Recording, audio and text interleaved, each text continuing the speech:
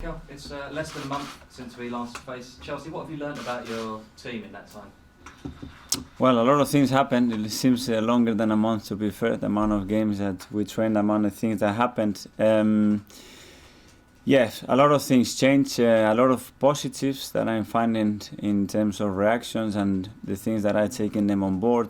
The way we have managed to change a little bit the energy, the atmosphere, and the relationship and the chemistry with our fans, which was massively important for us. So, yes, in terms of results, it could have been a little bit different. I think we've been very unlucky and other aspects as well that have influenced that. But in general, yeah. Arsenal scored first in each of the last 5 games, but only won 2 of those. How concerning is that the leads are slipping? Yeah, and the way we conceded, I think the last 2 goals as well was a little bit hurting.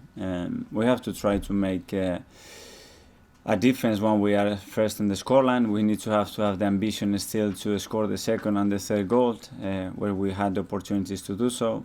And yeah, in the final moments in the Premier League, the game is close. Mikel, Eddie Nketiah played the last 15 minutes against Sheffield United. You've said that you want him to stay at the club rather than go out on loan somewhere else. How big a role do you see him having between now and the end of the season? Well, it would depend on the circumstances and the players we have available, his performance, the way he trains, the impact that he makes every time he plays. He's a young player, but I have to treat him exactly the same as the other ones. And the other day I put him in the pitch because I think he deserves it, the way he trained, the way he's showing every day how much he wants it. And it will depend on him. You talk about needing to get the second and the third goals. Alex Lacazette, after the match of the weekend, said he felt Arsenal were quite naive and they need to be nastier, particularly towards the end of matches. Is that something you agree with? Yes, I think it's part of the game management, and I think there were things that we could have done better there, to put more pressure on the opponents, to bring the ball into certain areas where we can rest with the ball and we can control the game better. That will come. It's a good process for us as well to learn about those situations.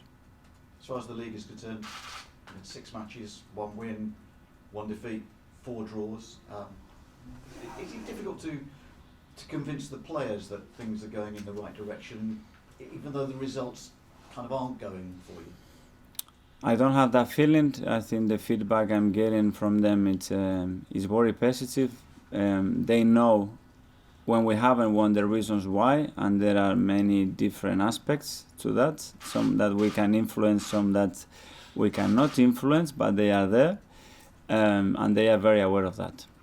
You mentioned earlier that you played Chelsea less than a month ago. What did you learn about your team from that match, specifically that match? Well, I think it's different from there to now.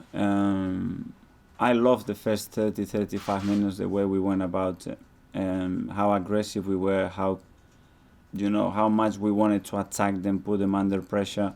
It's the kind of way that we wanted to play. After that, we had a little bit of a setback. They changed the system, and we found it a little bit more difficult to deal with that. And we started to defend deep without really considering anything, and had some great opportunities on the break as well. But I think physically as well, on that moment, it was harder for us to try to maintain the same amount of energy. And against Chelsea, that's vital.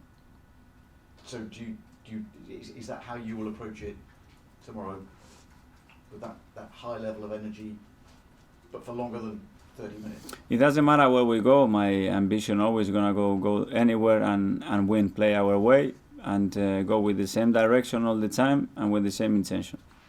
10th in the table at the moment. You're 10 points behind Chelsea, 10 points off a top 4 place. Is this a match you must win, really, if you are going to finish in the top 4? It's really important. Tomorrow games, it's very, very important if we want to have the aim to fight for that. It was as well the game that we play at home. It could have made a big difference, and we were very close to it. So yeah, tomorrow we need a win.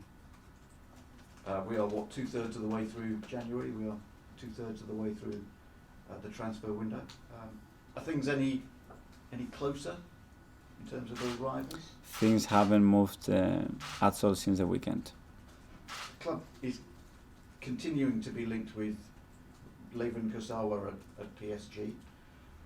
Their sporting director Leonardo has said that there hasn't been any phone call from Arsenal. Is that your understanding as well? There is nothing new to say on any individual players, and when we have more info, we'll let you know. Do you think you might go through the month without getting anyone in? It's a possibility, yes. George? Would you be happy if that happens, Mikel, or not? About bringing no players in? I would not be unhappy with anybody in because we couldn't. It's because the players that we want to bring in have to be really players that are going to help us and make a difference in the squad, not by the sake of just bringing players.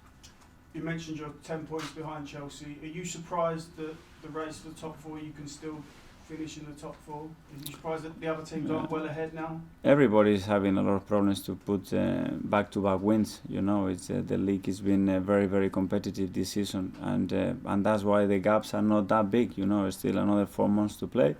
A lot of things happen, a lot of games between the top teams as well. So I think that will change. I mean, it's a lot of points to make up. Do you think the league's the best way back for Champions League football, or winning the Europa League at the moment? What would you say would be the easiest for Arsenal to achieve? We don't know at the moment. For me, the only way to do it is work every single day, trying to improve those players, trying to make them feel comfortable on the pitch and with the ideas that we are putting together, and get every performance as good as we can, and that will take us closer to every game. To look further than that now, I think it's difficult and unrealistic. Is Martinelli going to start tomorrow? I don't know. Because there was a story about him possibly going to Brazil. I don't know if you've answered that before, but is he staying with the squad for the next couple of weeks? Or? It's something that we're discussing with the club at the moment, and with Gabi as well, and when we know something, we'll let you know. And in terms of Chelsea, are you going to watch that match back with the players and point out possibly where they went wrong? Because like you say, you played really We well. always review our matches afterwards, and obviously when you play in short time, you have to see the things that happen and the reason why, things that we can improve, things that we did well. So, of course, we'll review it. Thank you. Thanks, guys. We do a split 10:30